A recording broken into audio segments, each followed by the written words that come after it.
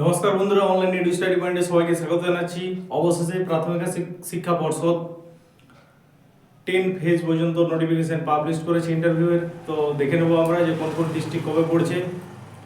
যদিও 10 ফেজ পর্যন্ত নোটিফিকেশন আমরা একসাথে পেয়েছি, কিন্তু সময়ের গ্যাপ অনেকটাই এবং দীর্ঘ সময় ধরে ইন্টারভিউ নেওয়ার একটা প্রস্তুতি প্রাথমিক শিক্ষা পর্ষদ নিয়ে রেখেছে, অর্থাৎ ভোটের আগে যে নিয়োগ হচ্ছে না সেটা তো আমরা আগেই আভাস পেয়ে গেছিলাম।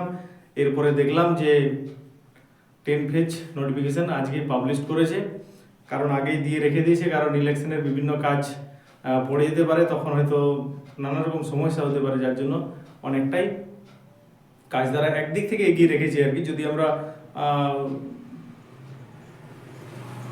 ভাবি যে ভোটের অনগোয়িং প্রসেসগুলো চলে আর কি, বা নতুন কিছু ঘোষণা করা যায় না, সেই দিক থেকে যদি আমরা দেখি যে তাহলে ভোটের সময় এটা চলতে পারে, শুধুমাত্র হয়তো নির্বাচনের কয়েকদিন স্টপ হতে পারে মাঝে। তো শেষ পর্যন্ত আমরা দেখবো, জানি না পরে কি হবে আর কি। তো দেখে নেওয়া যাক কোন কোন ডিস্ট্রিক্ট কবে করেছে আর কি। তাহলে 5th ফেজ 4th ফেজ তো চলছে। 5th ফেজ শুরু হচ্ছে নদিয়া ডিস্ট্রিক্ট দিয়ে, 10 তারিখ শুরু হচ্ছে, চলবে 19 তারিখ পর্যন্ত, মাঝে গ্যাপ আছে, ছুটি আছে, 4 দিন চলবে। তাহলে 5th ফেজে নদিয়া ডিস্ট্রিক্ট। 6th ফেজে পুরুলিয়ার ইন্টারভিউ হচ্ছে 23 তারিখ থেকে শুরু হচ্ছে। তাহলে এখানে দেখো গ্যাপটা কেমন, 19 তারিখ থেকে আবার এখানে 4 দিন। তাহলে এই যে প্রত্যেকটা ইন্টারভিউর মাঝে এক একটা করে গ্যাপ আছে, কিন্তু কন্টিনিউ হচ্ছে না। প্রথম দিকে যেভাবে শুরু করেছিল আর কি, 2 দিনে 3 দিনে একটা ডিস্ট্রিক্ট, আবার একই সঙ্গে দুটো ডিস্ট্রিক্ট চলছিল, সেরকম কিন্তু প্রায় হচ্ছে না আর কি, গ্যাপ কিন্তু অনেকটাই থেকে যাচ্ছে আর কি। তাহলে এখানে 23 তারিখে শুরু হচ্ছে, চলছে 30 তারিখ পর্যন্ত, 4 দিন, মাঝে ছুটি থাকছে আর কি। 7th ফেজ বাঁকুড়া, 6 তারিখে শুরু হচ্ছে, 6-4 এপ্রিলের 6 তারিখে, চলবে 24 তারিখ পর্যন্ত। দেখো 6 থেকে 24 তারিখ, প্রায় 1 মাস নিয়ে নিচ্ছে আর কি। এই 1 মাস নয়, এদিকে 6 দিন আর এদিকে আপনার 6 তারিখে শুরু হচ্ছে আর এদিকে 24, মানে প্রায় 18 দিনের মতো সময় এখানে নিয়ে নিচ্ছে। এরপরে আলিপুরদুয়ার শুরু হচ্ছে 8 ফেজে আলিপুরদুয়ার এবং দক্ষিণ দিনাজপুর 27 থেকে 30 তারিখ পর্যন্ত, এপ্রিল মাস শেষ হয়ে গেল। এরপর মে মাস, অর্থাৎ ইলেকশনের সময়, মালদা ডিস্ট্রিক্ট এবং পশ্চিম বর্ধমান 5 তারিখ শুরু হচ্ছে, 15 তারিখে শেষ হবে, মানে এর মাঝে ভোট পেরিয়ে গেল। 10th ফেজ বীরভূম 19/5 থেকে হচ্ছে 29/5, মনে হচ্ছে এর মাঝে সরকার গঠন হয়ে যেতে পারে আর কি।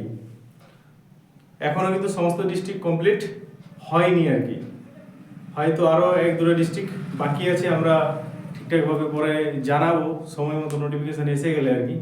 তো যেটা হচ্ছে একদিক থেকে ঠিক কি হলো, যে আমাদের মধ্যে যেটা একটা টেনশন ছিল, যারা ইন্টারভিউ দেবেন তাদের মধ্যে যে একটা টেনশন ছিল যে আমার কোন ফেজে হবে, কোন ডিস্ট্রিক্ট কোন ফেজে হবে, কত তারিখে হবে, মোটামুটি একটা আভাস পাওয়া গেল আর কি যে কখন হবে আর কি। এবার সেইভাবে প্রিপারেশনটা নিতে পারা যাবে, বা অন্যান্য কাজগুলো সেইভাবে করা যাবে, পাশাপাশি যে কাজগুলোর সাথে আমরা যুক্ত থাকি আর কি।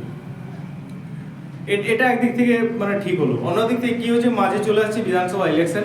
এরপর ইলেকশনের সময় হতে পারে এগুলোর মধ্যে কোনো ইন্টারভিউ মাঝে ডেট কিন্তু চেঞ্জ, 1-2 ডেট কিন্তু চেঞ্জ হওয়ার সম্ভাবনা প্রবল আছে আর কি। সেটা কিন্তু আমাদেরকে সবসময় ওই পর্ষদ ওয়েবসাইটে কিন্তু নজর রাখতে হবে আর কি, যখন ইলেকশন ডিক্লিয়ার হয়ে যাবে তারপর আর কি, তারপর যাদের হবে। আর যতক্ষণ ইলেকশন ডিক্লিয়ার হচ্ছে ততক্ষণ পর্যন্ত তো মনে হয় নদিয়া ডিস্ট্রিক্ট তো শুরু হয়ে যাবে 10 তারিখে আর কি। মাঝে মনে হচ্ছে ইলেকশন ডিক্লিয়ার হয়ে যেতে পারে আর কি, ভোটের নির্ঘণ্ট 10 থেকে 19 তারিখের মধ্যে আর কি। কারণ মার্চের মাঝামাঝি যদি না দেয় আর কি, তাহলে 1 মাস পরে মনোনয়ন জমা, প্রচার, নানা রকম কাজ থাকে আর কি। মে মাসে তো সরকার গঠন হবে, নতুন সরকার, জানি না কি হবে, জনগণের শেষ কথা বলবে। তো এই ছিল আজকে একটা খবর। এরপরে আপনারা নিয়মিত পর্ষদের সাইট ফলো করুন এবং নিজের ডেট কোন ডিস্ট্রিক্ট অ্যাপ্লাই করেছেন সেই ডেটটা লিখে রাখুন, কাউন্টডাউন শুরু করুন এবং প্রিপারেশন যার যেমন আছে সেরকমভাবে চালিয়ে যান। ঠিক আছে, দেখা যাক যে কতদিন আরও পর্ষদ লাগাই এই ইন্টারভিউ কমপ্লিট করতে, সেটা এখন কেউ জানছে না আর কি। আমরা তো সবাই আশা করেছিলাম যে ভোটের আগে হয়তো একটা নিয়োগপত্র কিছুজন হলো পাবে আর কি, সেটা হচ্ছে না আর কি। ঠিক আছে, তো ক্লাসটা শেষ পর্যন্ত দেখার জন্য অসংখ্য ধন্যবাদ।